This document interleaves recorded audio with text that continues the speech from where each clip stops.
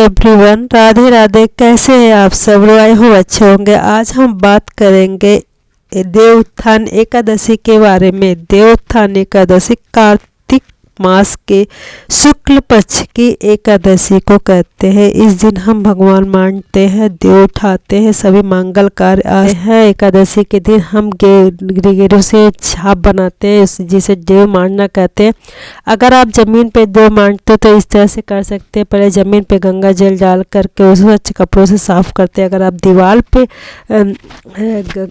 देव मानते हैं और आप तो इस तरह से कागज या टाइल्स लगाकर मान सकते हैं, क्योंकि बहुत अमूमन घरों में ये होता है कि दीवार किसी ने ख़राब ना हो, या कोई ऐसी भी स्थिति होती है जिसके हम चाह करके भी दीवार ख़राब नहीं कर सकते। तो इस तरह से आप दीवार पे कागज़ जो सफ़ेद रंग की हो तो इस तरह चिपका सकते, या किसी भी लाइट कलर का कागज़ चिपका सकते हैं। और आपके पास कागज़ नहीं चाहिए तो आप टाइल्स या पटरा वगैरह इस तरह से रख करके फिर आप दीवार पे देव मान सकते हैं। दीवार बांधने के लिए सबसे पहले हमें गेरू चाहिए होता है, जो पंसारी के दुकान पे या पूजा का सामान जहाँ मिलता है वहाँ पे लाल मिट्टी से गेरू बोलते हैं, मिल जाती है बड़े आसानी से। 2-4 रुपए में आप ले आइए, बहुत ही आराम से मिल जाती है।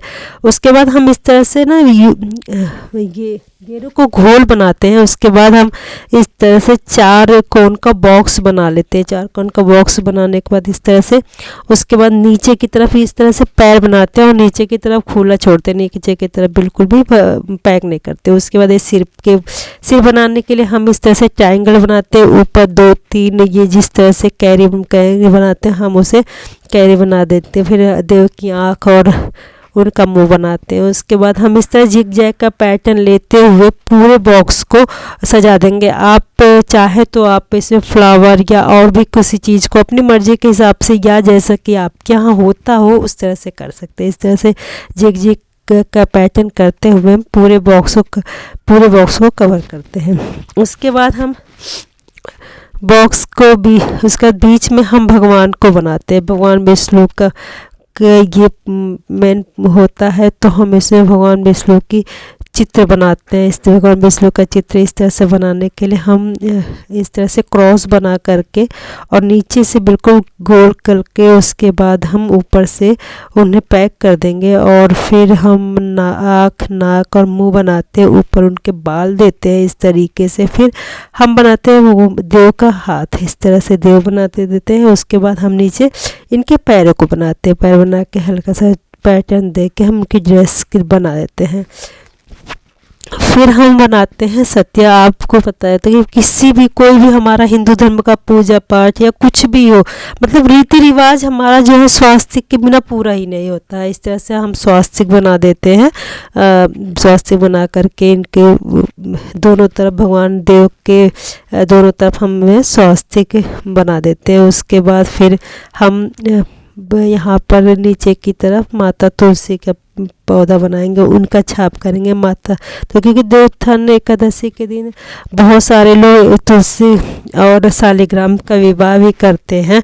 तो और विष्णु भगवान जी को ही शालिग्राम का रूप माना जाता है, और विष्णु भगवान को जो है शालिग्राम रूप में तुलसा जी बहुत ही प्रिय रही है। कहते हैं कि सर उन्होंने अपने सिर पे ही बैठा के रखे थे तुलसा जी को। तो इस तरह से मैंने यहाँ पर तुलसा जी माता का यहाँ पर चित्र बना दिया है। उसके बाद हम भगवान विष्णु की सबसे प्रिय पुष्प कमल को भी बना देंगे। यहाँ पे मैंने कमल का फूल भी बना दिया है। उसके बाद कमल का फूल बनाने के बाद आप के घर में जितने भी मेंबर हैं, जेंट्स जितने भी, आप उनके पैरों की छाप बनाएंगे। कई जगह घरों में तो यहाँ पे धनुष, तीर, चक्र और सीढ़ी सब कुछ बनाए जाते हैं, हम भी बनाते हैं।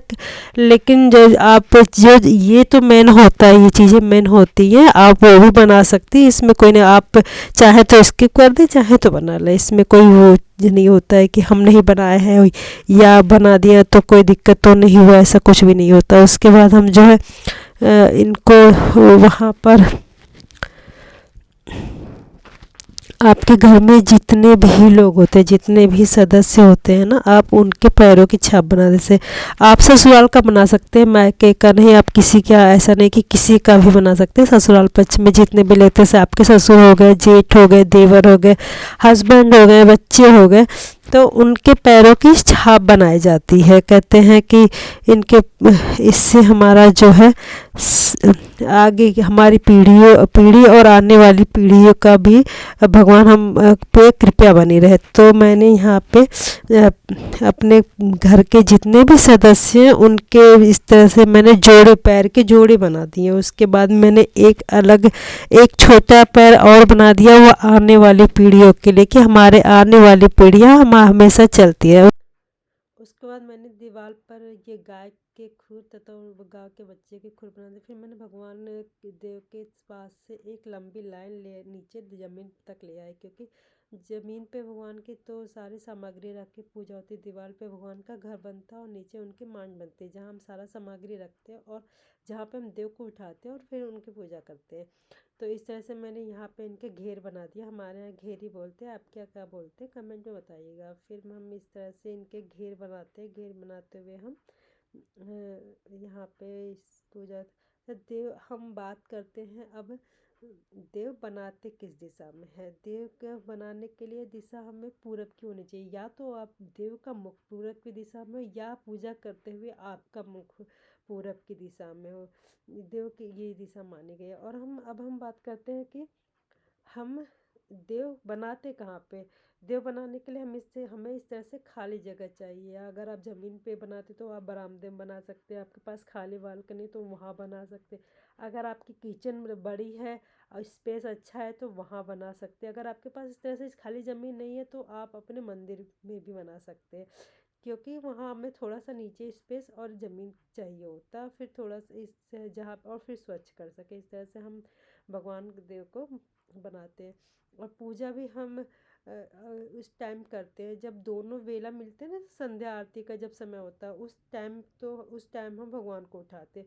और भगवान को बिठाने के लिए या देव मांडने के लिए हम 2 बजे से लेकर 2-4 बजे भी कर सकते हैं। यानी कि आप पहले करके इस तरह से आप दो सारा काम अपना करके, अपना सारा काम रोज का निपटा करके आप 2-3 बजे करे में इस तरह से देव मांड के, और जो भी सामग्री होती है आप इस तरह से रख करके, दबा करके, देव को सुला करके, और आप काम निपटाने के बाद फिर जब दोनों बेला मिलती है उस टाइम आप भगवान को उठा सकते हैं। तो इस तरह से मैंने जो है नीचे भगवान की ये घेर बना दिया। उसके बाद मैंने जो जिगजैग पैटर्न बनाए थे वहाँ पे मैंने क्या बोलता है डॉट भी बना दिए। फिर मैंने यहाँ पे हाथ बनाना शुरू किया। यहाँ पे भगवान के हाथ जो बनाते हैं, और हाथ बनाने के बाद हम ऊपर की दिशा में कर देते हैं भगवान को हमेशा। वैसे ही भगवान विष्णु एक हाथ से हाथ आशीर्वाद देते हैं, दूसरे हाथ में उनके चक्र होता है हमें। तो उस वैसे ही कुछ भाव का ही सारा वो होता है। हम इस तरह से तो भगवान को तो बना सकते नहीं, भगवान को कोई भी नहीं बना सकता फिर, लेकिन भाव तो होते हैं। हम भाव के ही से ही हमारी जो सनातन धर्म है हमारे भाव पे ही है। हम कहते हैं ना, देव को भी पत्थर बना देते हैं। तो इस तरह से मैंने भगवान के हाथ बना दिए। फिर मैं यहाँ पे नीचे भगवान के ना पैरों को भी बना दूँगी। यहाँ पे भगवान के पैर बनाने के बाद वैसे ही जिगजैग का पैटर्न लेते हैं, और जिगजैग का पैटर्न लेते हुए पूरा भरेंगे, फिर डॉट वगैरह बनाएंगे। मैंने थोड़ी सी यहाँ से डिजाइन वगैरह भी कर दिया है। हमारे यहाँ तो, मेरे मायके में तो और भी सुंदर बनाते हैं। पूरी ज़मीन में पाते हैं, वहाँ पे तो चावल का आटे का यूज़ करता है। बहुत जगहों पे चावल का आटा यूज़ होता है। बहुत ही सुंदर तरीके से कलाकारी होती है। हमारे ससुराल में इसी तरीके से बनाई जाती है। लगभग सभी जगहों में देव इसी तरीके से मानती जाती है। थोड़ी बहुत 9-10 का बस इधर उधर का ही फ़र्क होता है, नहीं तो सारे ही जगह पे लगभग ऐसे ही माने जाते हैं। उसके बाद मैंने इस तरह से देव को पूरा ही कंप्लीट कर दिया। इस तरह से यहाँ पे घेर बना दिया। देव ऐसे ही बनाए जाते हैं। उसके बाद मैंने सारी सामग्री ले ली है।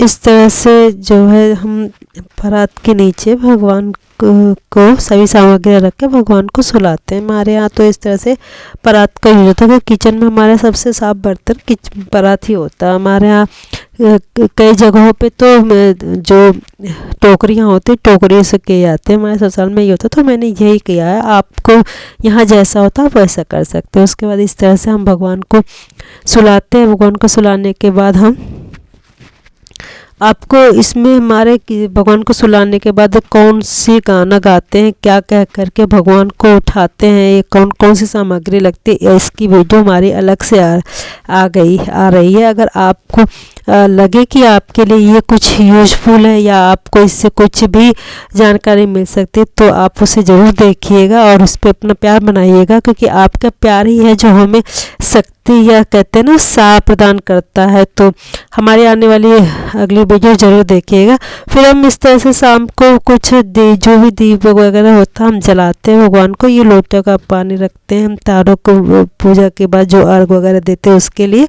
उसके बाद हम इस तरह से करके फिर भगवान को जो भी बोलते हैं, भगवान को इस तरह से उठाते हैं, उन्हें कई बार बोलते हैं उठाते हैं। उसके बाद उठाने के बाद इस तरह से ही करते हैं। उठे जो भी गाना होता है हमारे कई जगह तो पूरी पारंपरिक गीतें गाई जाती हैं, कुछ जगहों पे उन्हें उठाने के लिए 2-4 बोल ही बोले जाते हैं।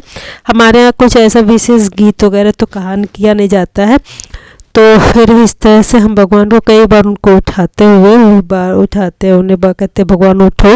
अब तो बहुत दिन से हो गए, वैसे भी 4 महीने की योग निद्रा बहुत होती है भगवान को सोने की। अगर भगवान ही सोते रहेंगे तो हमें कौन देखेगा, हमारी से इसकी कि हम जो प्राणी हैं उन्हें कौन देगा। इस तरह से भगवान को कई बार उनसे प्रार्थना की जाती है, भगवान उठो। सारे देवताओं को उठाया जाता है, सभी देवी देवताओं का आग्रह किया जाता है और फिर बाद में इस तरह से हम भगवान को उठाते हैं। अगर ये वीडियो अच्छी लगी हो आपको तो लाइक सब्सक्राइब कमेंट करिएगा। जय श्री राम।